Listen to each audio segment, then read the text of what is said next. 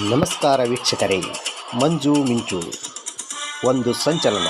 ಭಾರತೀಯ ಸಂಸ್ಕೃತಿ, ದೇಶದ ಅಭಿವೃದ್ಧಿ, ಸರ್ವ ಜನಾಂಗದ ಸಾಮಾಜಿಕ ಬದ್ಧತೆಗೆ ಆದ್ಯತೆಯೇ ನಮ್ಮ ಮಂಜು ಮಿಂಚು. ಮಂಜು ಮಿಂಚಿನ ಸಂಚಲನದ ಮಾಹಿತಿ ಮಂಜುನಾಥ್ ಎಂ ಮಾಳಗಿ. ಹಲೋ ವೀಕ್ಷಕರೇ, ಹಲವಾರು ದಿನಗಳಿಂದ ಹಲವು ಸ್ನೇಹಿತರು ನನಗೆ ಆಗ್ರಹಿಸುತ್ತಿದ್ದರು. ಕೆಲವು ಮನವಿಯನ್ನು ಕೂಡ ಮಾಡಿಕೊಂಡಿದ್ದಾರೆ. ಅವರುಗಳ ಹೆಸರುಗಳನ್ನು ಹೇಳುತ್ತಾ ಹೊರಟರೆ ತುಂಬ ಸಮಯ ಹಿಡಿಯುತ್ತೆ. ಏನು ಅಂದರೆ,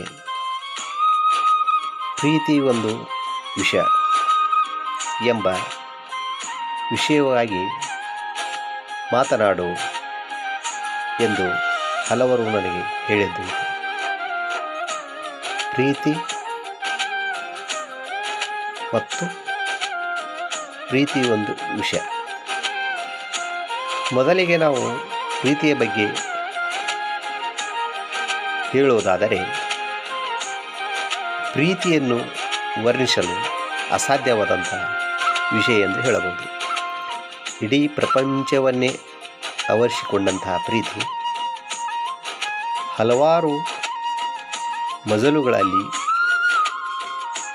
ಹಲವಾರು ಸಂಗತಿಗಳಲ್ಲಿ, ಹಲವಾರು ಸಂದರ್ಭಗಳಲ್ಲಿ, ಜೀವನದ ಏರುಪೇರಿನ ನಡುವೆ ನಾವು ಇದನ್ನು ಕೊಂಡುಕೊಳ್ಳೋದಾಗಲಿ ಅಥವಾ ಹಂಚಿಕೊಳ್ಳುವುದಾಗಲಿ ಸರ್ವೇ ಸಾಮಾನ್ಯ ಸಂದರ್ಭಗಳಲ್ಲಿ ನಡೆಯುತ್ತಲೇ ಇರುತ್ತದೆ. ಅಂದರೆ ಒಂದು ಪುಟ್ಟ ಮಗು ಕಂದಮ್ಮಗಳು ಅಂಬೆಗಾಲಿನಲ್ಲಿ ಇಡುತ್ತಾ ನಡೆದಾಡುವ ಸಂಭ್ರಮವನ್ನು ನೋಡಿದಾಗ, ಅದೇ ಮಕ್ಕಳು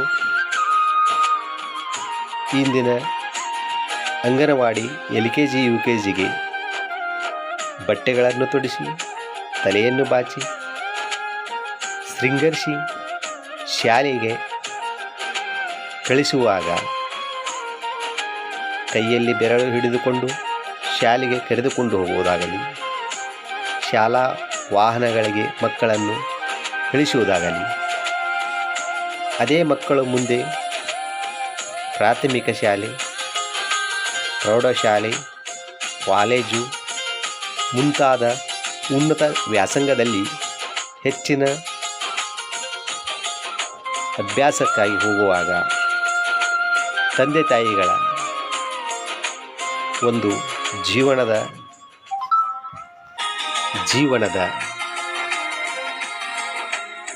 ಸಾರ್ಥಕತೆಯ ಬಗ್ಗೆ, ಖುಷಿಯ ಬಗ್ಗೆ ಹೇಳುತ್ತಿರುವುದು. ಈ ರೀತಿಯಾದ ಹೆಣ್ಣು ಮಕ್ಕಳಂತೂ ಪ್ರೀತಿಯ ಸಂಕೇತವೆಂದು ಹೇಳಬಹುದು. ಅಮ್ಮನ ಕೈಯಲ್ಲಿ ಕೆಲಸಗಳನ್ನು, ತಂದೆ ಹೇಳಿದ ಕೆಲಸಗಳನ್ನು, ಮನೆಯ ಸ್ವಚ್ಛತೆ, ಅಂಧಕಾರ ಸ್ವಚ್ಛತೆಗೊಳಿಸುತ್ತಾ, ನಗುವಿನ ಹೂನಗೆಯನ್ನು ಸೋಸುತ್ತಾ ಪ್ರೀತಿ ವಾಸ್ತಲ್ಲಿ ಮುಳುಗುವ ಹೆಣ್ಣು ಮಕ್ಕಳು ಇನ್ನು ಪಡೆದವರೇ ಅದೃಷ್ಟವೆಂದು ಕೂಡ ಹೇಳಬಹುದು. ಅದರಂತೆ ಗಂಡು ಮಕ್ಕಳು ಕೂಡ ಮನೆಯ ನಂದಾದೀಪವಾಗಿ ಮನೆಯ ಮಕ್ಕಳಲ್ಲಿ ಅವರು ಗುರುತಿಸಿಕೊಂಡು, ವಿಶೇಷವಾಗಿ ಹಿರಿಯರು, ಮನೆಯಲ್ಲಿರುವಂಥ ಅಜ್ಜಿಯಂದಿರು, ಇವರಿಗೆ ಕೂಡ ಹೆಚ್ಚಿನ ಒಂದು ಪ್ರೀತಿ ಎಂದರೆ ಗಂಡು ಮಕ್ಕಳಿಗೆ ಎಂದು ಕೂಡ ಹೇಳಬಹುದು. ಈ ರೀತಿಯಾದಂಥ ಪ್ರೀತಿಯು ಹಲವಾರು ಸಂದರ್ಭಗಳಲ್ಲಿ, ಹಲವಾರು ವಿಷಯಗಳಲ್ಲಿ ಮೂಡುವುದು, ಅನುಭವಿಸುವುದು, ಇವುಗಳನ್ನು ಪ್ರತಿಯೊಬ್ಬರ ಮನದಲ್ಲಿಯೂ ಕೂಡ ಬಂದಂಥ ವಿಷಯಗಳೆಂದು ಹೇಳಬಹುದು. ಇವತ್ತಿನ ಈ ಪ್ರೀತಿಯ ವಿಷಯವನ್ನು ನಾನಿಲ್ಲಿ ಹೇಳಿದ್ದೇನೆ.